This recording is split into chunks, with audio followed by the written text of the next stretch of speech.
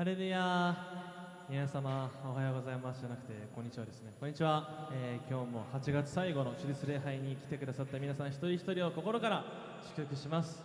今この時間共に皆様立ち上がって神様に賛美を捧げていきましょう。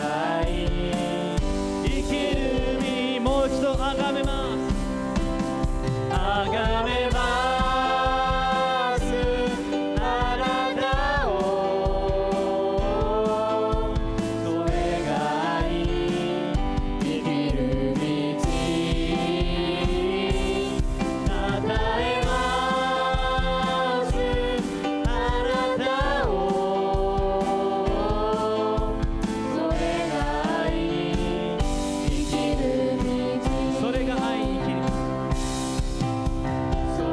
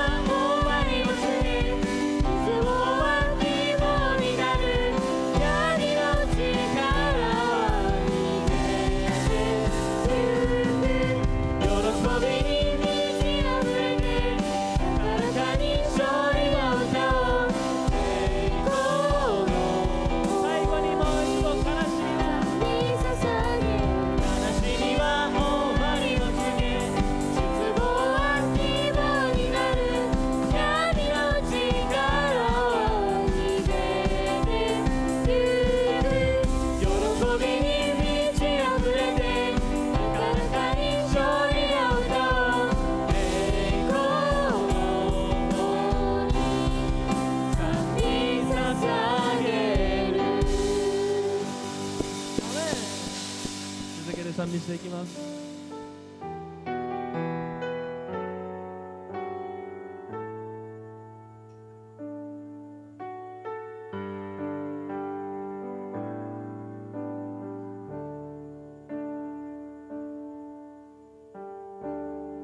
御心ならば、御心ならば進みゆきます。そうでないなら立ち止まります。すべては主を見舞えるままに、お主よ従います。もう一度御心ならば、御心ならば進みゆきます。そうでないなら立ち止まります。すべては主を見舞えるままに、お主よ従います。主よ私主よ私を導いてください。主の導く場所へ行きます。弱い私用いてください。主とその御国のために、お主よ従います。もう一度最初から賛美していきましょう。御心ならば、御心ならば進みゆきます。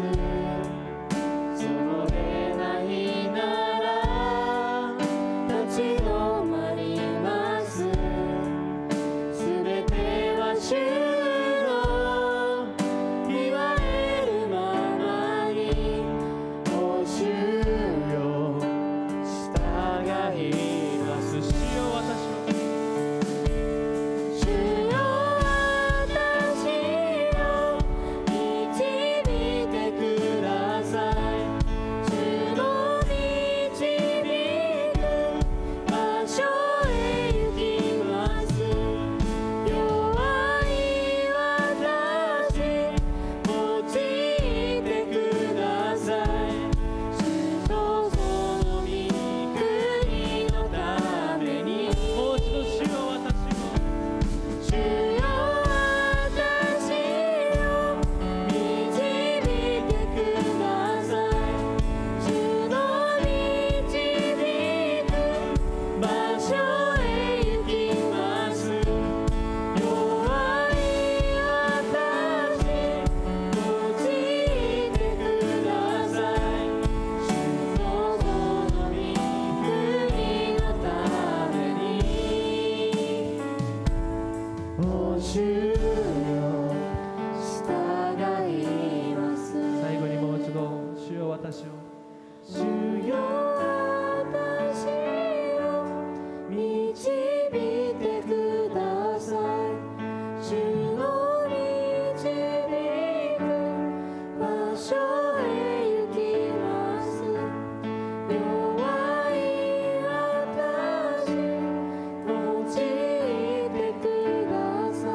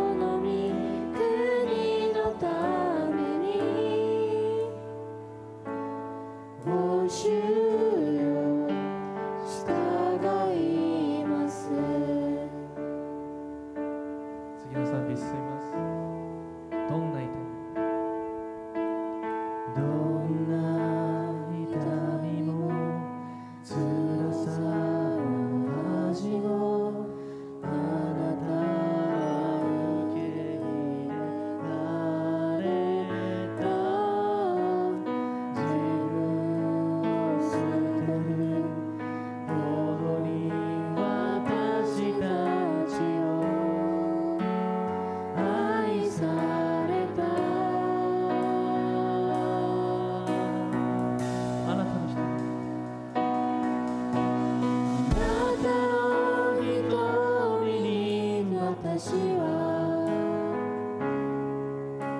消えることない、いつまでもずっといつも見守り続けて支え続け愛してくれるあなたの素晴らしい愛。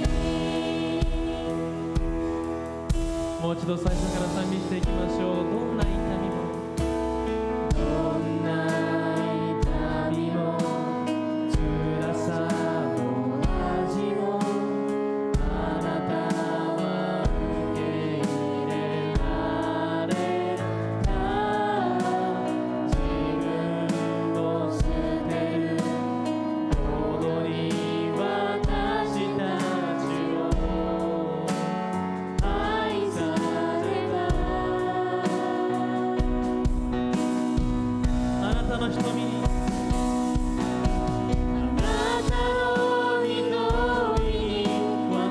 は消えることない、いつまでもずっといつも見守り続けて支え続け愛してくれるあなたの素晴らしい愛。あなたの瞳に私はあなたの瞳に私は消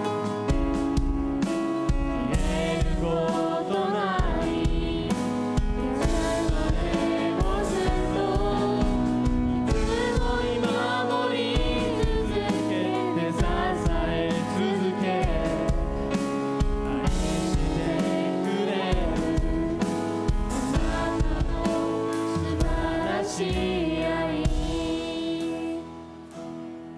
最後にもう一度あなたの瞳に私はあなたの瞳に私は消えることない、いつまでもずっといつも見守り続けて支え続け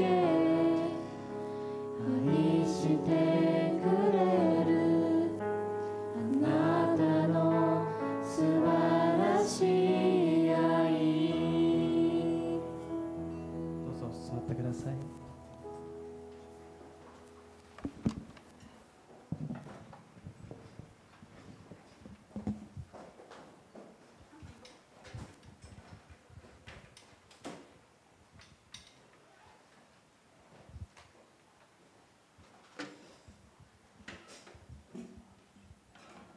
お祈りします。 기도하겠습니다. ハレルヤ、主の皆を心から賛美します。 할렐루야 주님의 이름을 마음 다해 찬양합니다. 今日このように皆が礼拝堂に集まり、共に礼拝できる恵みを感謝します。 오늘 이렇게 모두가 예배당에 모여 함께 예배드릴 수 있는 은혜를 감사드립니다. 私たちはこの1週間の間にあなたに背き多くの罪を犯してしまったことを告白します。 저희가 지난 한 주간 주님께 불순종하며 많은 죄를 지었던 것을 고백합니다. どうか主の十字架の恵みによって清め許してください。 주님의 십자가의 은혜로 깨끗하게 하여 주시고 용서해 주세요. これから始まる1週間もあなたと共に歩むことができますように導いてください。 다가올 한 주간도 주님과 동행하며 살아갈 수 있도록 인도해 주세요. 特に多くの学生が夏休みを終えて新たな学期を迎えます。 특별히 많은 학생들이 여름방학을 마치고 새 학기를 맞이합니다. その学校生活が守られ、必要な力と知恵が与えられるように支えてください。 그들의 학교 생활을 지켜주시고 필요한 힘과 지혜를 더하여 주세요. また今日のメッセージを語られる先生の上に聖霊様の力を満たしてください。 또한 오늘 말씀을 전하시는 전도사님 위에 성령의 능력을 충만히 부어주세요. その御言葉を通して一人一人が救いに預かり、心を新たにされますように。 그 말씀을 통해서 각 사람이 구원의 은혜를 누리며 마음이 새로워질 수 있도록 인도해 주세요. すべてを感謝して主イエスキリストの皆によってお祈りします。 모든 것에 감사드리며 주 예수 그리스도의 이름으로 기도드립니다. 아멘. 아멘.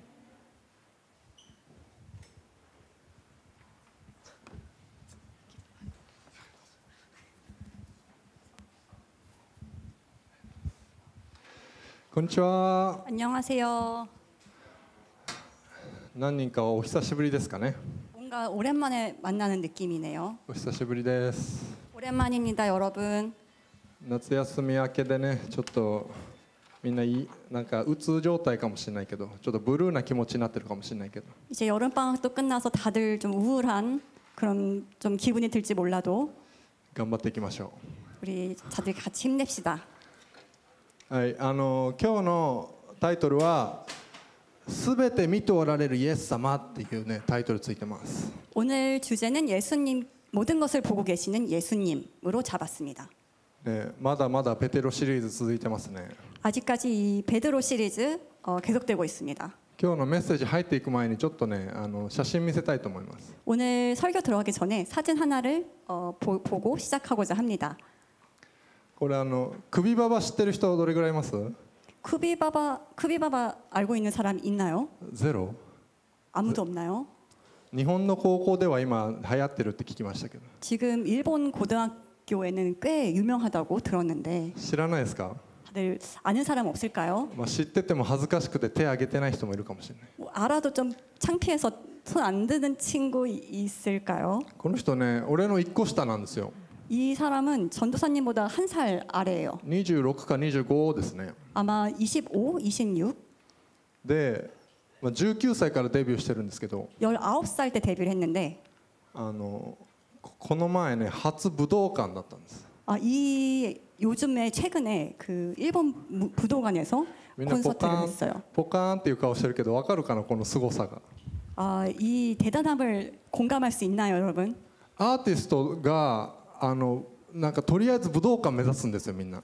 그래서 우선 아티스트라면 다들 그武道館을 목표로 하는데 武道館が一つのマイルストーンみたいなね。 그武道館을 뜨는 건 모두 다 그런 타겟인데 1万人が入れる場所なんですよ。 그 1만 명이 들어갈 수 있는 장소입니다. そこに、ね、クリスチャンのラッパーなんだけどこの人。 이 사람은 크리스천 래퍼인데요. Shout Out to Jesus っていうタイトルで武道館でライブがあったんですね。 이 Shout Out to Jesus라는 그 타이틀로 그武道館에서 콘서트를 열었습니다. このね首ババを聞いてる人たちはほとんど首ババがクリスチャンっていうのを知らないかもしれないけど、 이 쿠비바바 듣고 있는 사람들은 아마 그가 크리스찬이란 거를 인식하지 못할 텐데 賛美の中賛美じゃない曲の中にも歌詞の中にもねクリスチャンの要素がめっちゃ入ってるそういうアーティストなんです。 그 노래 안에도 크리스찬 그 요소들이 꽤 많이 들어 있습니다. アルバム名とライブ名にもね Jesus って入ってるし、 그 앨범에도 지저스라고 적혀 있다고 합니다. みんなちょっと聞いてみてください。 다들 한번 들어볼까요? ラップはねあんまり良くないこと言ってることが多いです。 랩은 아무래도 좀 좋지 않은 내용이 들어갈 で 때가 もこ 있는데 の人のラップは聞いても大丈夫です。 근데 이 사람의 랩은 들어도 오케이입니다. はい、私が許します。 용서할게요. ぜひね聞いてみてください。 꼭 ちょっ 들어주세요. と動画見せれますかね。 한번 おすげえ電気も 영상을 消えた。 볼까요? こう十字架をね大きく映しながらライブするようなねそういうライブだったんですよ。 와, 이렇게 십자가를 전면에 이렇게 보여주면서 라이브를 하는 방식인데요. 日本のアーティストはあんま分かんないかな。 일본 아티스트는 아마 이런 경우가 없죠.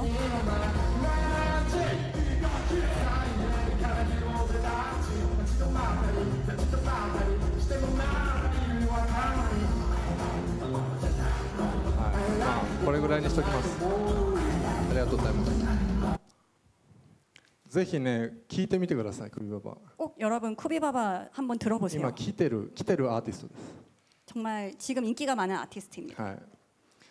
メッセージに入る前に祈りたいと思います。 설교 전에 기도를 하겠습니다. ハレルヤ主を感謝します。 할렐루야 주님 감사합니다. 今日もこのようにして私たちを集めてくださってありがとうございます。 오늘 이렇게 우리를 이 자리에 모이게 해주심에 あ 감사드립니다. なたの御言葉を聞きます。 오늘 주님 말씀을 듣습니다. 心をオープンにしてください。 우리 마음을 활짝 열어주세요. 耳をオープンにしてください。 우리 귀를 활짝 열어주세요. 私たちがあなたの御言葉をまっすぐ聞くことができますようにどうか助け導いてください。 우리가 주님 말씀을 그대로 받아들일 수 있도록 도와주세요. あなたに期待します。 모든 것을 주님께 기대합니다. すべてに感謝して愛するイエス様の名前によってお祈りします。 사랑하는 우리 주 예수 그리스도 이름으로 기도드립니다. アメン。 아멘. はい。みんなは親や先生、友達にバレたらやばいと思うことをしていて、実際にバレてしまったことがあるでしょうか。 여러분은 부모님이나 선생님, 친구들한테 아 이거 들키면 큰일 나라고 생각하면서 어떤 일을 하고 또 들킨 적이 있어요? 何人かニヤニヤしてますけど、 누군가 좀 웃고 있는데 あるいは見られたら困るところを見られてしまったことがあるでしょうか。 혹은 아 이거 남의 보면 안 되는데 하는 순간을 누군가한테 들킨 적이 있나요? そういう時みんなはどんな気持ちになりますか。 그럴 때 여러분은 어떤 기분이 드나요? どんな表情になりますか。 어떤 표정을 짓나요? そして相手はどんな反応をしてどんな気持ちになりますか。 그리고 상대방은 어떤 반응을 하고 또 어떤 생각을 할까요? ね、面白い動画があったのでちょっと見てみたいと思うんですけど、 재밌는 영상 하나 발견했는데 함께 보면 좋을 것 같습니다.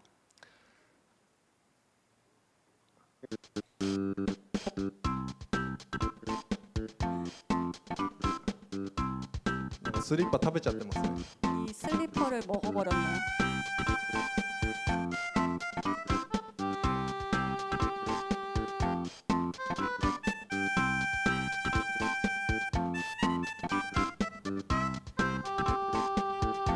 Finley, Finley, did you chew up the box?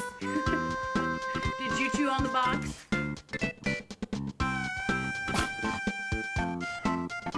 Did you get my garbage? George.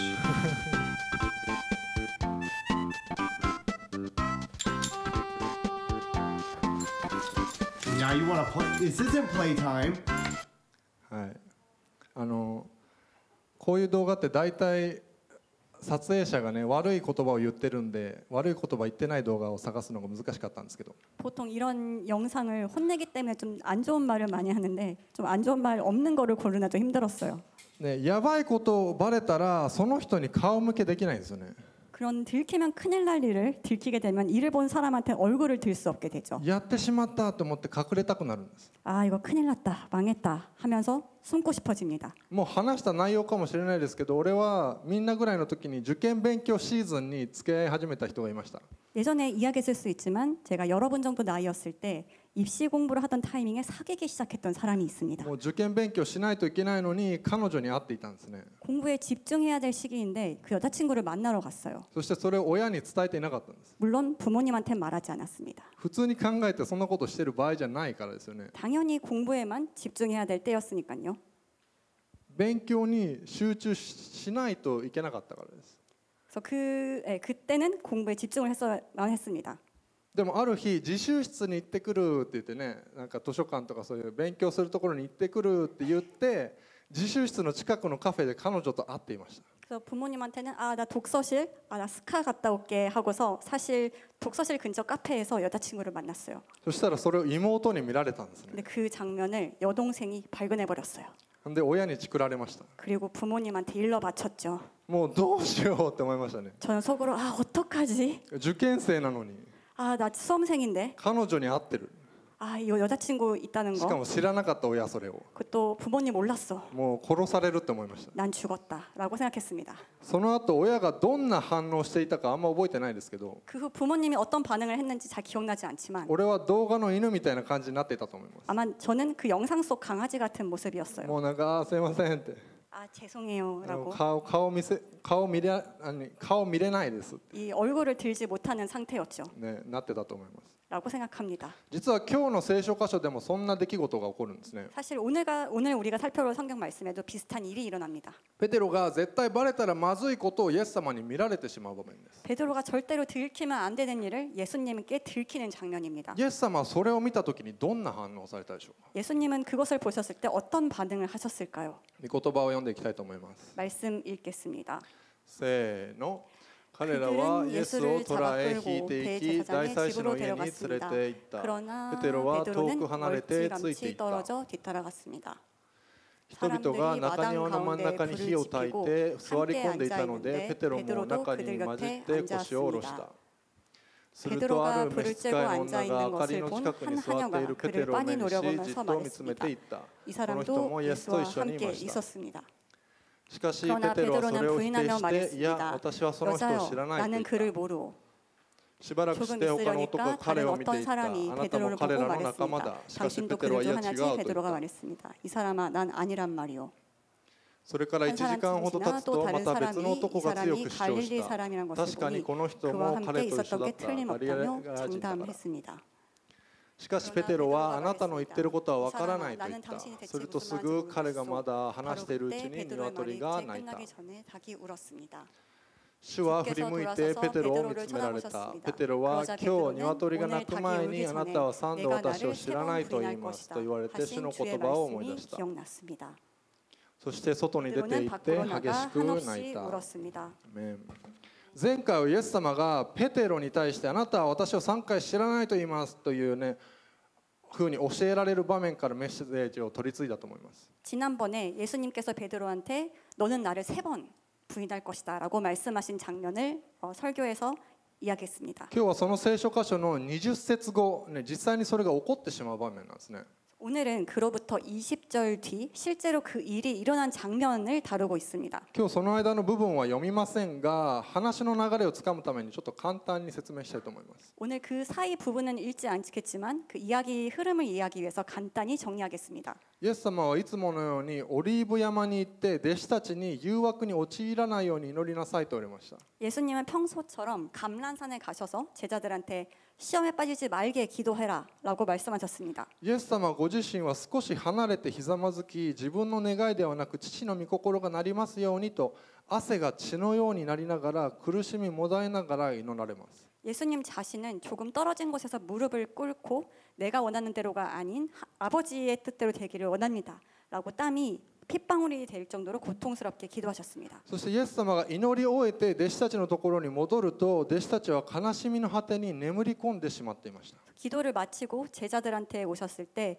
그 제자들은 이미 슬픔에 지쳐 아주 잠이 곤히 들어 있었습니다. イエス様はどうして眠っているのか、起きて祈りなさいと促されます。 예수님은 제자들을 향해 왜 자고 있느냐 일어나 기도하라라고 말씀하셨습니다. その時12弟子のユダが群衆を連れて現れてイエス様に口づけをして裏切りました。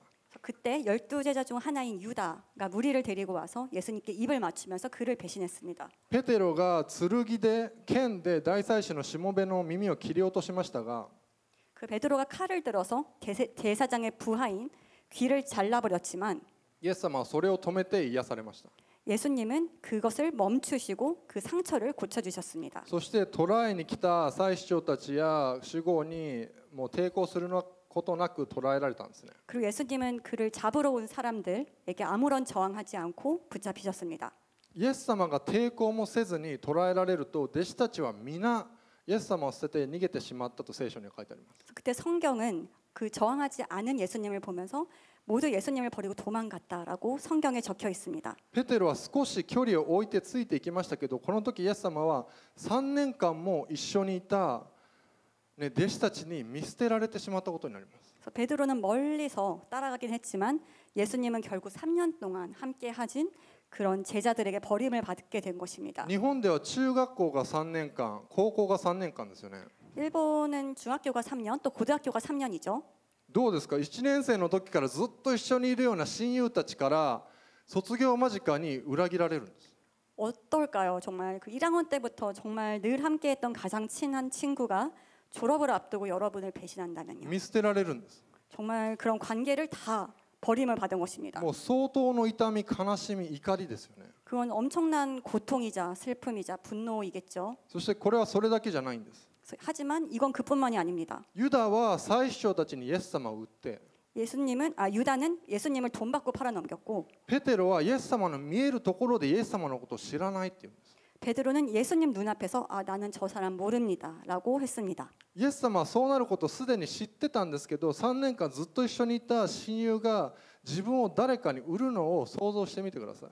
예수님은 이미 그렇게 될 것을 알고 계셨지만 그럼에도 불구하고 3년간 함께했던 가장 친한 친구가 나를 팔아넘기는 장면을 한번 상상해 보세요. そして中学の間、あるいは高校の間、もうずっと一緒にいた親友に最後の最後、その人のことを知らないと言われるのを想像してみてください。 혹은 중학교, 고등학교 때 늘 붙어 다니던 친구가 마지막 순간에 아, 나는 저 사람 몰라라고 말한다면 어떨까요? その上今回の場合はその現場を見てしまうんですね。 네, 이번 경우에는 그렇게 부정하는 현장을 예수님께서 직접 보게 되신 겁니다. 実際に否定されているところが見えてしまうんです。 그렇게 부정하는 현장을 정말 그 눈으로 확인하신 게 된 거예요. もう相当ショックですよね。 이건 꽤나 큰 충격이겠죠. 悲しいですよね。 정말 슬픈 일이겠죠. 孤独ですよね。 정말 외로운 일입니다. 今までの3年間が全て否定されるような 지금까지 3년 동안 함께 쌓은 관계가 단숨에 무너지는 듯한 そんな気持ちになったかもしれません。 그런 느낌이셨을지 모르겠습니다. 3年間で積み上げてきた関係が一瞬で壊れるようなそんな感覚かもしれません。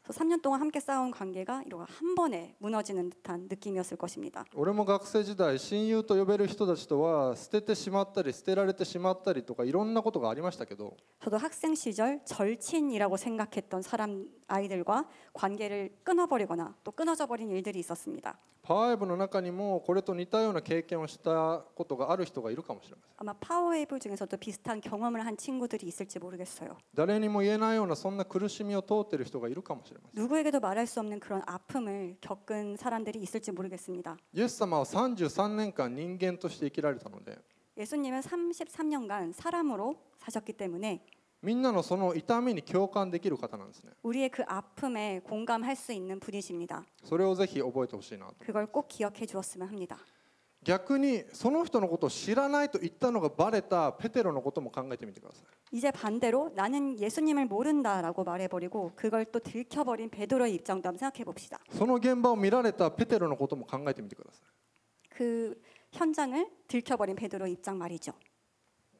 ついこの間イエス様に自分はイエス様のためだったら牢屋に行きます死ねますって言ってたのに 조금 전까지만 해도 그는 저는 예수님을 위해서 감옥도 갈 수 있어요. 혹은 죽을 수도 있어요. 라고 말했었어요. 実際にそういう状況になると弱かったんですよね。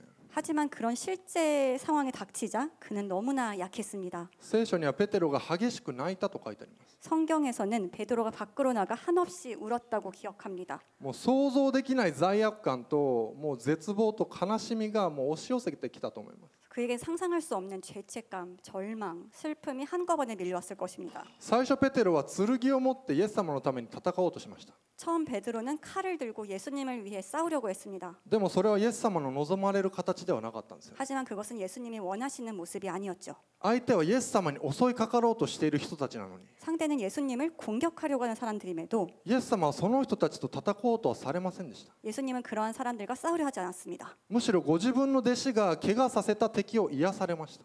오히려 그의 제자가 상처를 입게 한 적을 고쳐주셨습니다.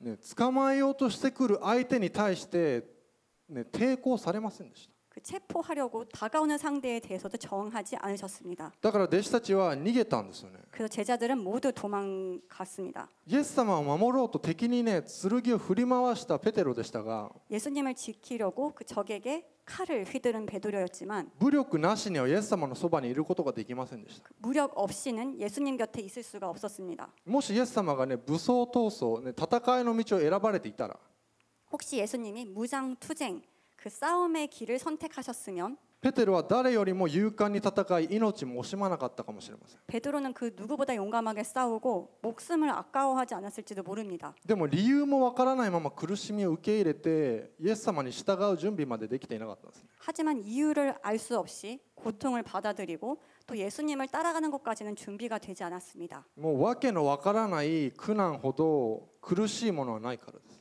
이유 없는 고난만큼 고통스러운 것은 없기 때문입니다. ペテロは自分が逃げてイエス様を否定したことを通して自分が今まで知らなかった自分の弱さに直面させられました。 베드로는 본인이 도망가고 또 예수님을 부정하는 것을 통해 지금까지 몰랐던 자신의 약함을 바라보게 됩니다. イエス様は真実で誠実で勇敢でしたが 예수님은 진실하고 신실하고 담대하셨지만 ペテロは嘘つきで卑怯で臆病だったんですね。 베드로는 거짓말하고 비겁하고 또 겁쟁이였습니다. でもそれでいいんですよね。 하지만 그걸로 좋지 않을까요? イエス様にまた戻るんであればそれでいいんです。 예수님이 다시 돌아오신다면 또 그걸로도 좋습니다. ヤコブの手紙1章 2節から4節読みたいと思います。 야고보서 1장 2절부터 4절까지 읽어보겠습니다. せーの。 내 私の兄弟たち、さまざまな試練に遭うときはいつでもこの上もない喜びと思いなさい。あなた方が知っている通り、信仰が試されると忍耐が生まれます。その忍耐を完全に働かせなさい。そうすればあなた方は何一つ欠けたところのない成熟した完全なものとなります。今日の一つ目のポイント、 오늘 첫 번째 포인트 試練イコール成長です。 시련 즉 성장입니다. イエス様は真実で誠実で勇敢でした。 예수님은 진실하시고 심실하시며 담대하셨습니다. でもペテロは嘘つきで卑怯で臆病だったんです。 하지만 베드로는 거짓말쟁이에 비겁하고 또 겁쟁이였습니다. イエス様にまた戻るんであればそれでもいい理由。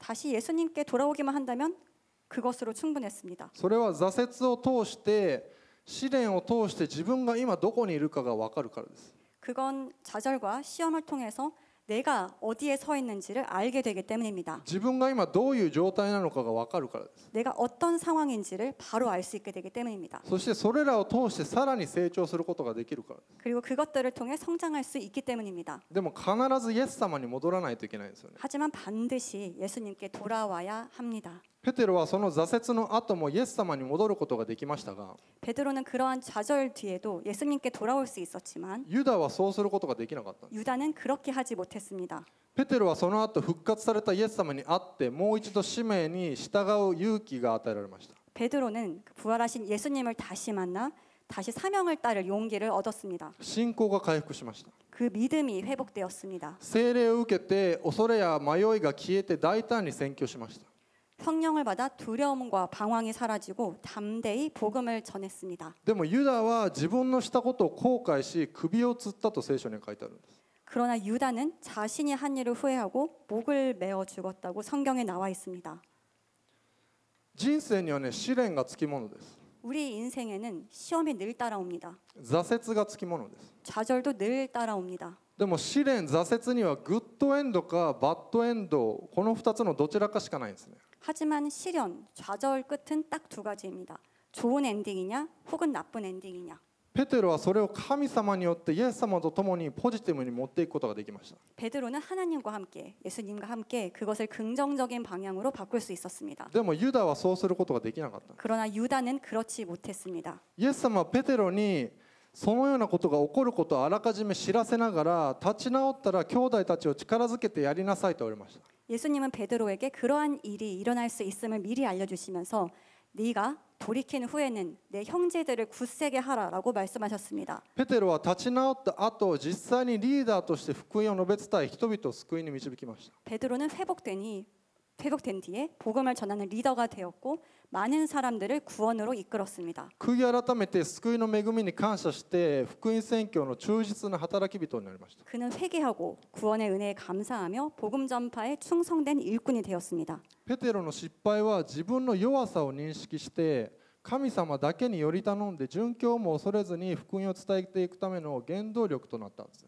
베드로의 이러한 실패는 나의 약함을 깨닫고 하나님만을 의지하며 순교조차 두려워하지 않고 복음을 전할 수 있는 원동력이 되었습니다. だから俺らもペテロのように失敗することがあっても神様の憐れみにすがって、福音のために出ていく一人一人となるように祈っていきましょう。 그러므로 우리도 베드로처럼 실패할지라도 하나님의 긍휼에 의지하며 복음 위에 나가는 사람이 되도록 기도해야겠습니다. ルカの福音書22章61節から62節もう一度読みたいと思います。 누가복음 22장 61절 62절 다시 읽어보겠습니다. せーの。主は振り向いてペテロを見つめられた。ペテロは今日鶏が鳴く前にあなたは3度私を知らないと言いますと言われた主の言葉を思い出した。そして外に出て行って激しく泣いた。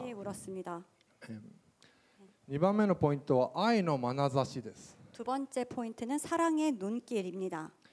ペテロがイエス様を知らないと言っているところをイエス様に見られてしまう場面です。 베드로가 나는 예수님을 모른다라고 말한 순간 예수님께 들켜버린 장면입니다. イエス様はこの時どんな顔をしていたでしょうか。 예수님은 이때 어떤 얼굴을 과연 하고 계셨을까요? こんな顔でしょうか。 보통이라면 이런 얼굴일까요? 普通は悲しみとか怒りとか失望の反応すると思います。 이러한 슬픔, 분노, 실망 같은 표정이겠죠. もう3年間一緒にいた人が自分を知らないというわけですからね。 3년간 친했던 그 사람이 나를 모른다고 했을 때니까요.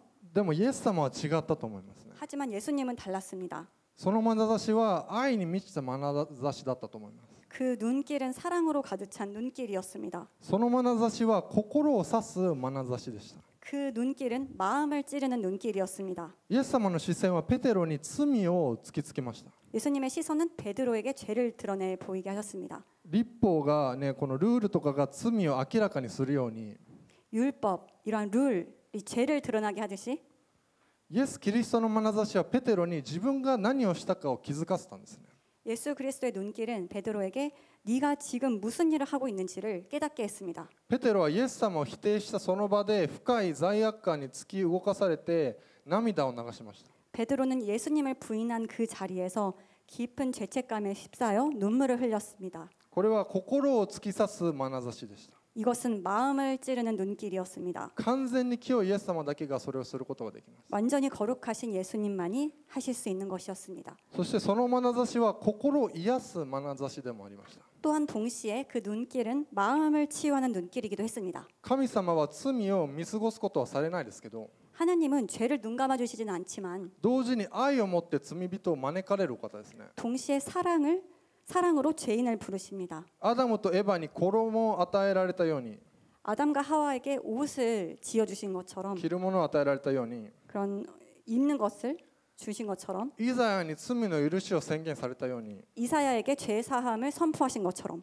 イエス様はペテロを絶対に見捨てないというね、愛で見つめておられました。 예수님 역시 베드로를 절대 버리지 않는다라는 사랑으로 바라보셨습니다. 実際にユダにも同じようにしていたと思います。 예수님은 아마 유다에게도 동일하게 하셨을 거라 생각합니다. それでも私はお前を愛している。 그래도 나는 너를 사랑한다. お前は私を拒んだが、 너는 나를 부인했지만 それでも私はお前を私のものと見ている。 나는 여전히 너를 나의 것으로 본다. 自分の子供と見ている。 너를 나의 자녀로 본다. 私は決してお前を見放さない。 나는 결코 너를 버리지 않는다. そのような愛の眼差しだったと思います。 그러한 사랑의 눈길이었겠죠. ペテロが最も暗闇の中にあったその瞬間、 베드로가 가장 어둠 속에 떨어져 있던 순간 イエス様の眼差しはペテロの罪を突きつけ、同時に深い愛で包み込んだんです。 예수님의 눈길은 그의 죄를 드러내는 동시에 깊은 사랑으로 그를 감쌌습니다. そのイエス様の清さと愛はペテロを砕いて、 그런 예수님의 거룩하심과 사랑이 베드로를 무너뜨렸지만 ボロボロにして、 또한 엉망진창으로 했지만 同時に癒したんですね。 하지만 이와 동시에 치유하신 것입니다. これは神様の前に俺らが悔い改めるときに起こることです。 이것은 바로 우리가 하나님 앞에 회개할 때 일어나는 일입니다. 苦しくて痛いけど、 아프고 정말 쓰라리지만 優しくてあったかいんですね。 동시에 부드럽고 따뜻합니다. これはペテロだけではなくて全てのクリスチャンにも同じです。 이건 베드로만의 경험이 아닙니다. 모든 그리스도에게도 똑같이 적용되는 것입니다. 俺らが罪を犯すとき、イエス様は同じ眼差しで俺らを見つめ、罪の深刻さと愛の確かさの両方を教えてくださいます。 우리가 죄를 지을 때 예수님은 그런 동일한 눈빛으로 우리를 바라보시고 죄의 심각성과 하나님의 사랑의 확실함을 동시에 보여주십니다.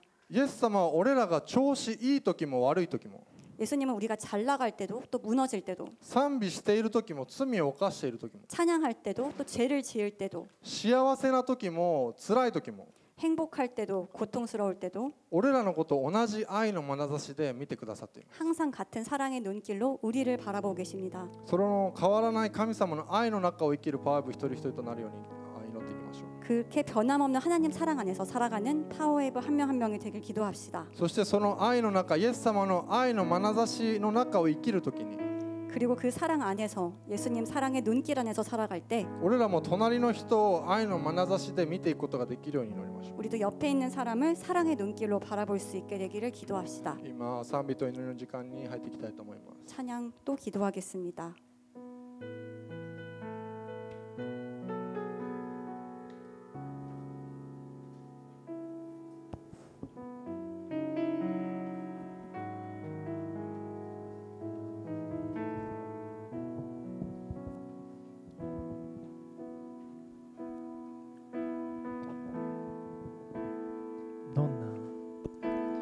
どんな痛みも辛さ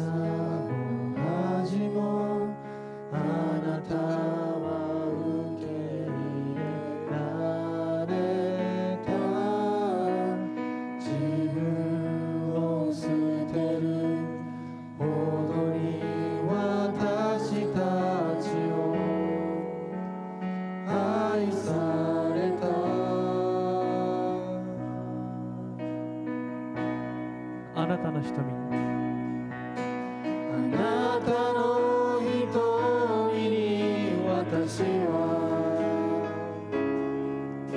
消えることないいつまでもずっといつも見守り続けて支え続け愛してくれるあなたの素晴らしい愛あなたの瞳にあなたの瞳に私は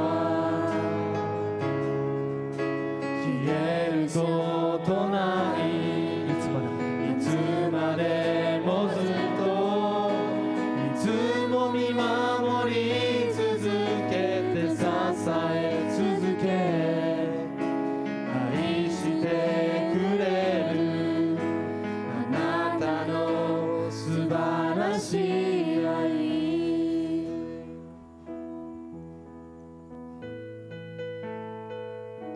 一つ目に 첫 번째로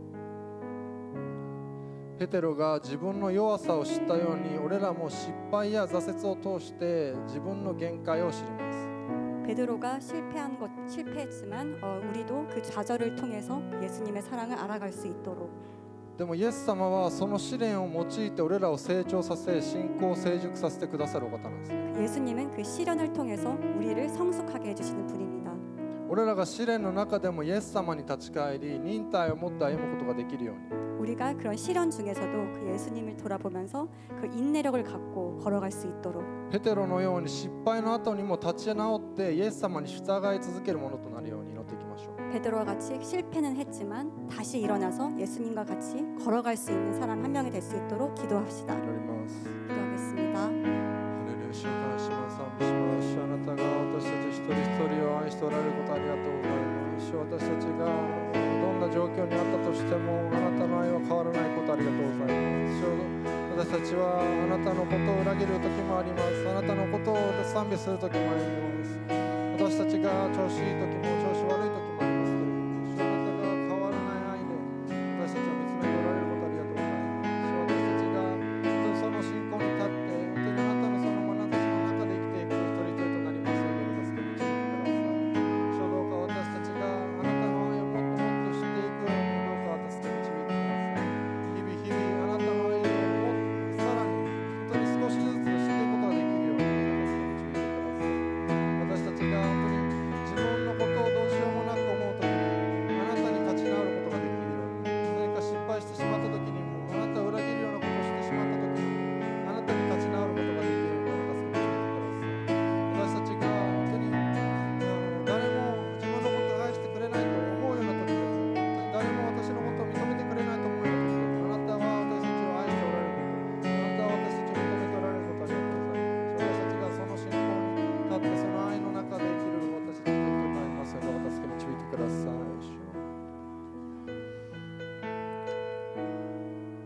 2つ目に 두 번째로 イエス様はペテロが否定したその瞬間でさえ愛の眼差しで見つめてくださいました 예수님은 베드로가 자신을 부정했던 그 순간조차도 사랑의 눈길로서 그를 바라보고 계셨습니다.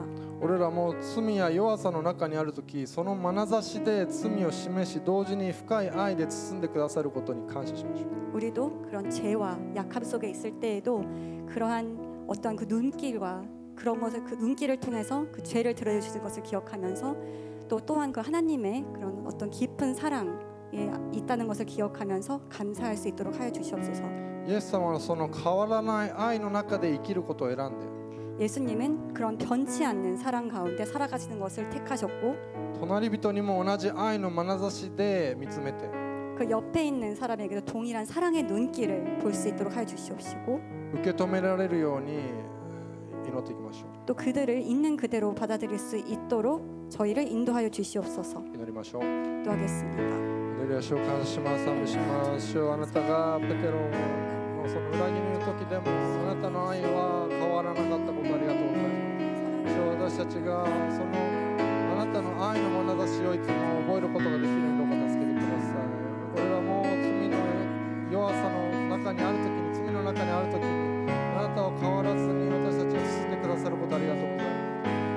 があなたに戻るときにその罪が示されつつもあなたの愛にまた戻っていくことができるようにどうか助け導いてください。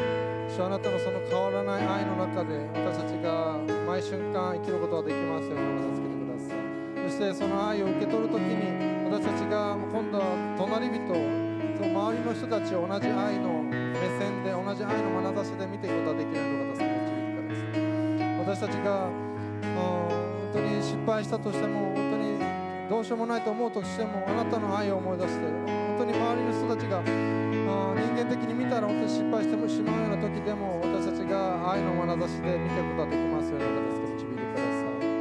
主をあなたの愛で私たちが愛することができますように助けて導いてください。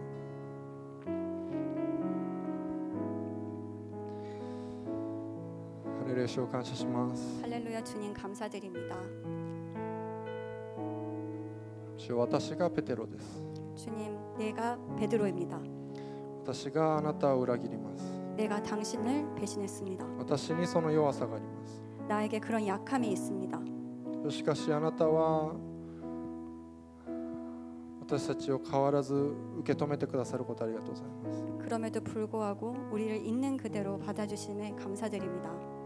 主、私たちが弱さの中にある時も失敗してしまう時もあなたに立ち返ることができますようにどうか助け導いてください。 하나님, 우리가 약함에 있을 때나 또 실패를 할 때나 그럼에도 불구하고 늘 하나님께 돌아갈 수 있도록 도와주시옵소서. あなたと共に歩みあなたによって変えられていく私たちとなりますようにどうか助け導いてください。 늘 하나님과 주님과 같이 걷고 또한 그 늘 동행하는 길을 허락하여 주시옵소서.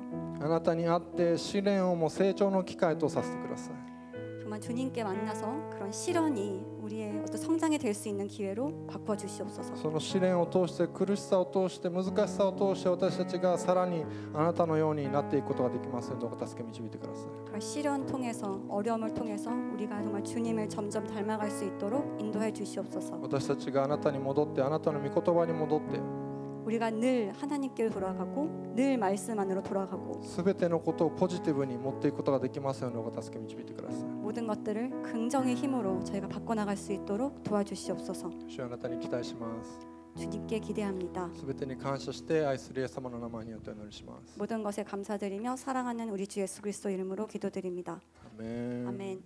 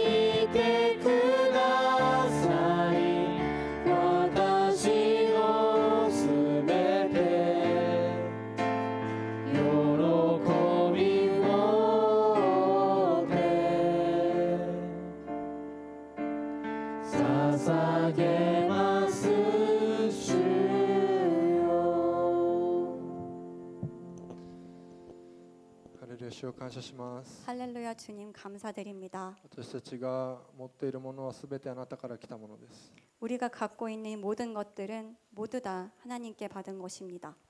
私たちがそのことを覚えてあなたにいつも感謝することができますようにどうか助け導いてください。 이 모든 것들을 기억하면서 저희가 늘 감사드릴 수 있도록 도와주세요. 私たちが本当にあなたから離れている時も 주님 저희가 하나님으로부터 멀리 떨어져 있을 때나 あなたのことを忘れている時も 당신의 그런 일들을 잊고 있을 때나 あなたの喜ばれないことをしている時も 당신이 기뻐하지 않은 일을 할 때에도 私たちが不平不満を言う時も 우리가 불평 불만을 말할 때도 あなたは同じ愛で私たちを愛してくださることありがとうございます。 늘 같은 사랑으로 저희를 사랑해 주심에 감사드립니다. あなたは私たちのことを同じ愛する子供として見てくださっていることありがとうございます。 정말 우리를 당신의 사랑하는 자녀들로 삼아 주심에 감사드립니다. 私たちのその感謝の気持ちをこの献金という形でお捧げします。 오늘 우리의 이런 감사의 마음을 헌금으로 올려드립니다.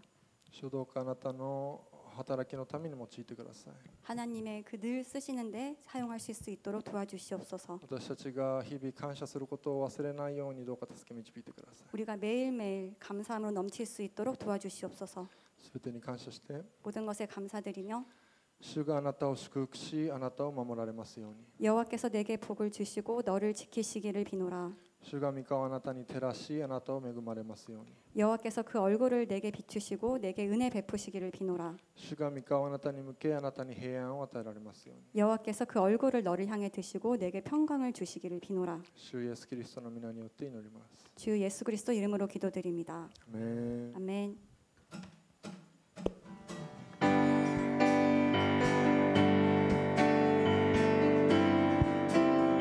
主の誠と主の誠と慈しみ求めて光に進むとき主に似てゆける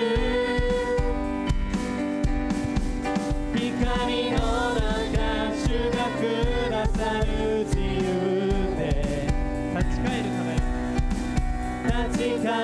る輝くのごとく光照らされ光照らされ闇は現れ闇は現れ隠れ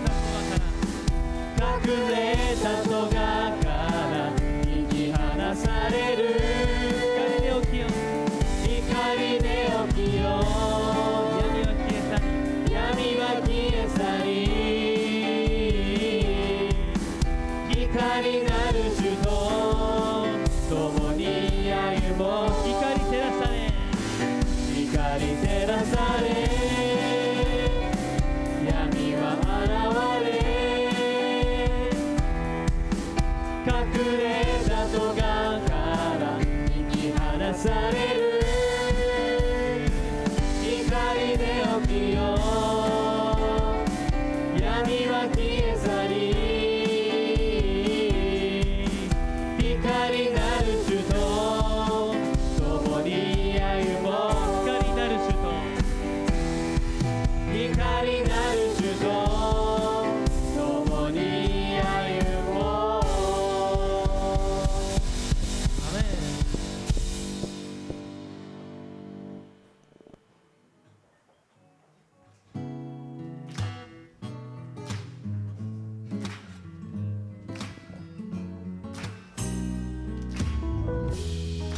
報告の時間です。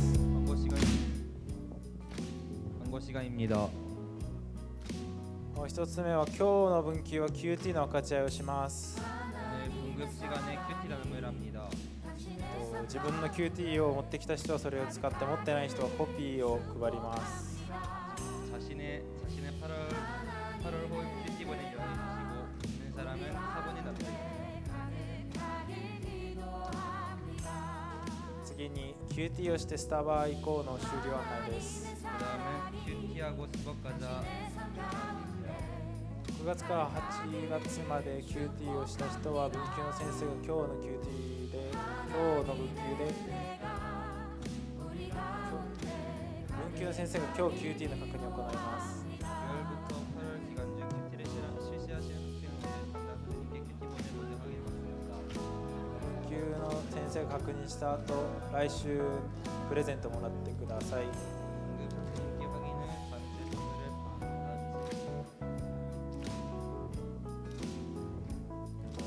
今日の文級の勝ち合いです。 오늘 분급 1つ目はペテロは自分の弱さに気づき挫折の後イエス様に立ち返りました。私たちは失敗をどのように成長につなげられるでしょうか。分かち合いましょう。 베드로는 자신의 연약함을 깨닫고 지나치게 예수님께 들어갔습니다. 우리는 신비를 어떻게 신자고 이어갈 수 있을까요? 봅시다. テロが否定した瞬間でさえイエス様は愛の眼差しで見つめていました。私たちは失敗を見られたとき、どんな眼差しで受け止められたいでしょうか。また周りの人はどのように見つめたいですか。分かち合いましょう。 베드로가 부인하던 그 순간에도 예수님은 사랑의 눈길로 바라보고 계셨습니다. 우리는 실패한 모습이 드러났을 때 어떤 눈길로 받아들여지기를 원하나요? 또 주변 사람들은 어떤 눈길로 바라보고 싶나요? 나눠봅시다.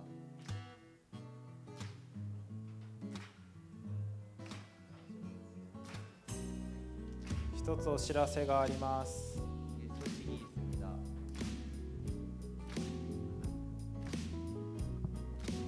오늘 그 분반 변경이 있는데 우리 명훈 선생님께서 오늘 오셔서 명훈 선생님 반은 우리 나연 선생님 반과 같이 하도록 했어요. 오늘 기회는 고맙습니다. 이영은 선생님 以上です。